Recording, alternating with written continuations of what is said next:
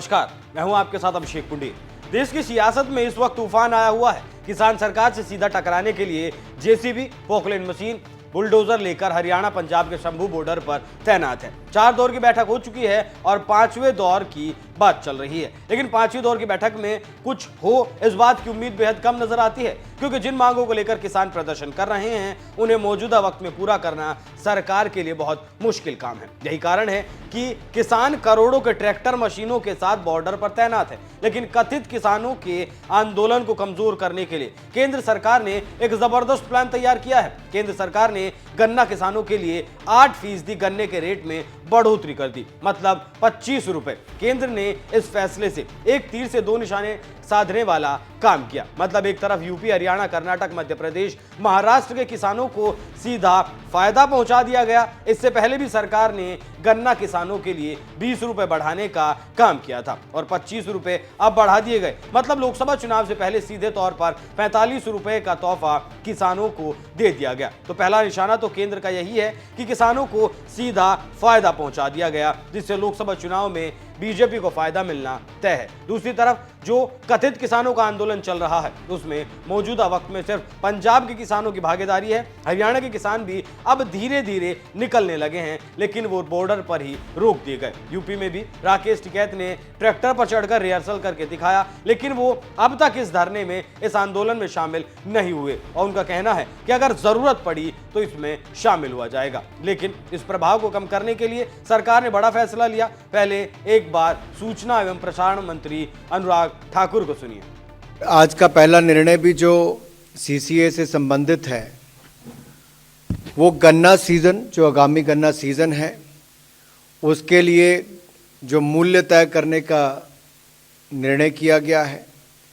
1 अक्टूबर 2024 से लेकर 30 सितंबर 2025 की अवधि में चीनी मिलों द्वारा किसानों को गन्ने का उचित और लाभकारी मूल्य यानी कि एफआरपी निर्धारित किया गया है।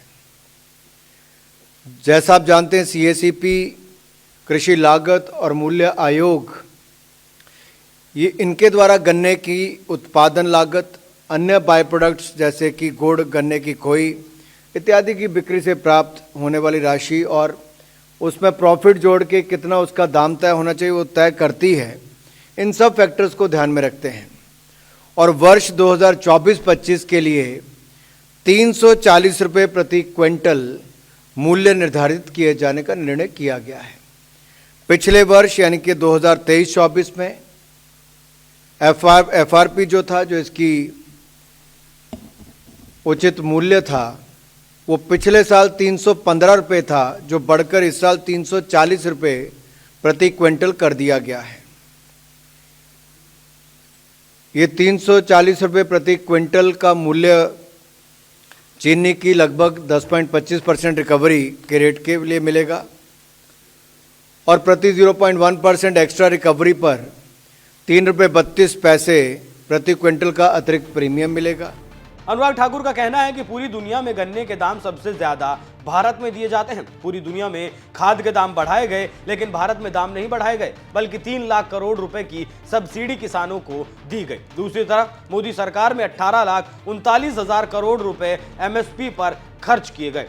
तो ये दिखाता है कि मोदी सरकार किसानों के लिए लगातार काम कर रही है। लेकिन अगर किसान ये चाहते हैं कि सरकार उनके हिसाब से चलेगी तो ऐसा होना असंभव सा काम लगता है, क्योंकि जो मांग किसानों की है उसे सरकार अगर पूरा करती है तो मोटा मोटी सरकार पर 13 लाख करोड़ रुपए का बोझ हर साल बढ़ जाएगा। और ये तब होगा जब 23 में से सिर्फ 16 फसलों पर एमएसपी दी जाएगी। हालांकि ऐसा भी नहीं है कि सरकार एमएसपी को लेकर काम नहीं कर रही। पिछले 10 साल में मोदी सरकार 1.5 गुना तक एमएसपी बढ़ा चुकी है। लेकिन पंजाब के किसान अपनी मर्जी चलाना चाहते हैं। जिस तरीके से पंजाब के ये कथित किसान दिल्ली पर चढ़ाई करना चाहते हैं, उस हिसाब से इन्हें किसान कहना लगभग गलत होगा। लेकिन अगर ये लोग शांति से आकर दिल्ली में प्रदर्शन करना चाहते हैं तो सरकार को भी उस बात में कोई दिक्कत नहीं है। लेकिन अगर पोकलैंड मशीनें, जेसीबी और बुलडोजर लेकर ये दिल्ली पर चढ़ाई करेंगे तो फिर मुश्किल होगा। आंदोलन करना इस देश के किसान का बल्कि हर नागरिक का अधिकार है, लेकिन शांति से। जिस तरीके से ये किसान चढ़ाई करना चाहते हैं वैसे नहीं। पिछली बार जब इन किसानों ने